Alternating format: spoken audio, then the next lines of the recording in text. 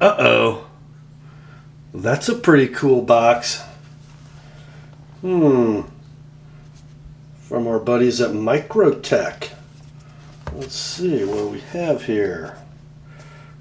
We have made in the USA with a bird of prey claw fashioned as an American flag. Nothing much to see here. And on the other end of the box, Ultratech single edge stonewashed standard. Let's see what's inside the box, shall we? Stick around, guys. This is going to be fun.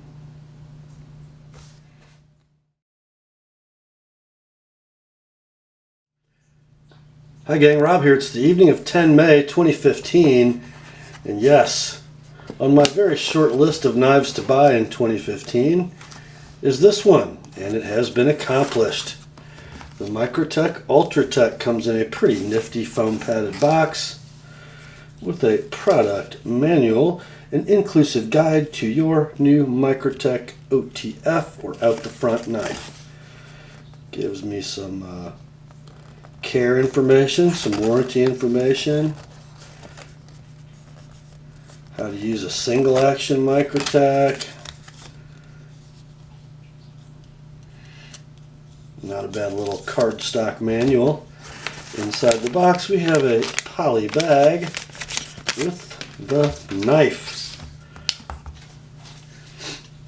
So let's take a look at this bad boy. First of all, you're going to see something you probably have not seen on YouTube. And to my knowledge, there's no answer to this question anywhere, in any forum or on YouTube that I could find. So I took a chance, and yes, the clip is reversible, left or right hand carry, tip down. This is mounted for lefty carry, so if I extract it from my left pocket, my thumb is on the button. It maybe looks a little busy on this side and totally devoid of anything on that side with the clip mounted for lefty carry, but that's what I am, so that's what I did. So the Ultratech is kind of the starter knife in Microtech out the front blades, and I'm going to switch to my right hand. It has a 4 11/16 inch handle, about a ½ inch thick, fashioned of aircraft grade aluminum. You guys can watch other YouTube videos to get kind of an inside picture of this knife, disassembly, and how the mechanism works. Essentially, you've got a spring that is relaxed when the knife is retracted and when it's fully open. And you have a carriage that moves inside the knife when you move the button forward. The carriage moves forward, releases one of the dogs holding the knife closed, and out it comes under spring tension. As you move the button forward, you're stretching the spring. And same when you move it back, you're stretching the spring. The same thing happens in reverse. This blade is about 3 5/16 inches long and 1/8 inch thick, and it's sort of a saber ground drop point. Don't know if I'd call it a spear point. I wanted this particular model for a particular reason. I actually intend to use my Microtech out the front automatic knife. Yes, I intend to use it for and there you'll see one of the downfalls of a Microtech out the front. It did not lock open. But I intend to use this for not everyday carry, but someday carry. It will be in my pocket doing mundane tasks like opening mail and cutting food. Because I live in the still free state of Indiana, where automatics became legal 2 years ago to own and to carry. So how could I not want an out the front Microtech? So, what's the weight on this guy? 3.6 ounces, not too doggone heavy. It is a little handle intensive though, don't you think? Unlike the more expensive out the front Microtechs like the the Troodon and Combat Troodon and Scarab. This one lengthwise sort of falls in the middle of all those blade-wise, but the blade to handle ratio on the Scarabs and the Troodons is a little better, and the blade is also broader, and so is the handle. They also employ a double spring mechanism.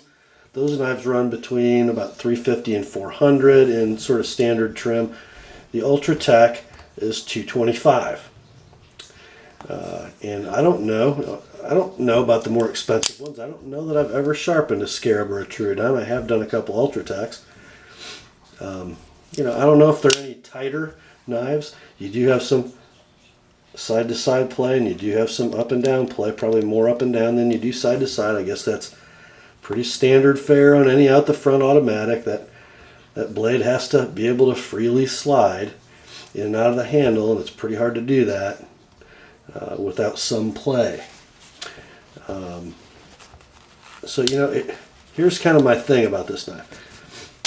It is a collectible or a toy. Frankly, would I use it if I needed to go into an area where there's a high probability I'd have to defend my life with it? Absolutely not, because of what you saw earlier in the video. It seems that if you get a little too quick on the button, that's when it misfires. It almost bounces off the stop and retracts a little bit before the dog can come out. It's not like the knife is lazy. That's not why it doesn't make it to the lock position. It's actually firing too quickly. So you can't really employ this knife or deploy it in a defensive situation, depending on it to come out quickly and stay open, and then it doesn't. You wouldn't want to stab a guy and have the knife fall back into the handle and then have him kill you. I don't know that I've ever seen an out-the-front knife or heard of one that's 100% reliable, always opens and locks open. If the guy closes on you and you try to deploy the knife thusly, it will not, pierce whatever's in front of it and lock open. That's not what they're designed to do, nor do they do it. So really, it's kind of a collectible / novelty / super cool EDC blade. So, other than its cool factor and its collectability factor and its Microtech factor, is it a great EDC blade? Well, I don't know. Let's pull out a knife that's about the same size, shall we? Didn't see that coming, did you? The Benchmade 940. In fact, let's line these bad boys up back here in the frame so you can see them. I'm going to line up the front of the handles, and I believe you can see that the Benchmade has a little longer blade, and I believe you can see that it has significantly more cutting edge. Don't know if you can see that. Actually, let's pull them back a little bit. There. More than 1/8 of an inch more cutting edge, and probably, again, I'm going to line up the fronts of the handles. The 940 has a shorter handle. It is also thinner handle to handle, and it weighs 2.8 ounces versus 3.6. Well, let's see which one's faster, shall we? I think the 940 is. Completely manual knife.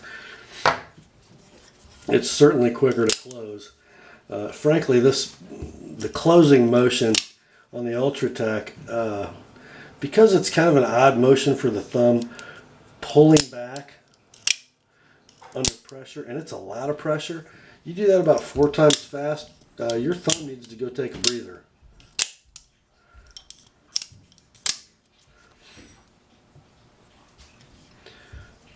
Cutting ability, well, if it's possible for an EDC blade, this is a little wedgier knife than the 940. Kind of look at them. They start at the same thickness. In the 940, the main bevel grind is a little bit broader than the Ultratech, which makes the Ultratech more wedgy. And I think I sharpened this one at 16 degrees secondary bevel, and it's fairly broad compared to this one at 15 degrees. So apples to apples, if the knives had the same thickness behind the edge, this bevel should be broader, but it's not. So it's thinner behind the edge, makes it a better slicer. But that's not what makes this knife cool, is it? It's the fact that it does this. Sure it does. I told you, thumb needs to take a breather. I believe on these Scarabs and Troodons that action is much lighter and user-friendly.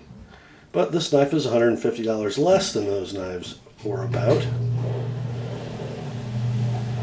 So let's talk about style and cool points, shall we? We have a beautifully satin finished and then stonewashed over top blade of,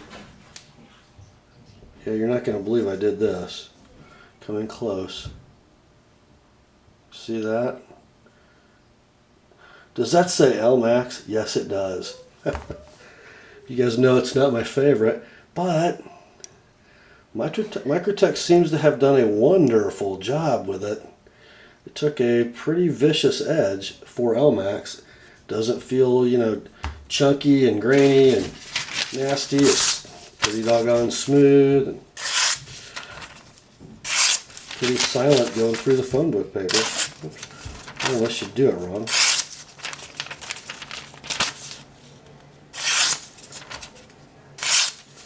Nothing to complain about there. Yeah. That's not, of course, the factory edge. It's a proper edge. The knife wasn't dull from the factory, but it was pretty obtuse. So the question is, guys, is this a keeper? Or is it a flipper? No, I don't mean a silly flipper like that. I mean, is this a knife I'm going to resell? I think this is a keeper. It's not going to be a knife I carry a lot. It's not going to be a knife I abuse. But it's going to be a knife that I cherish in my collection.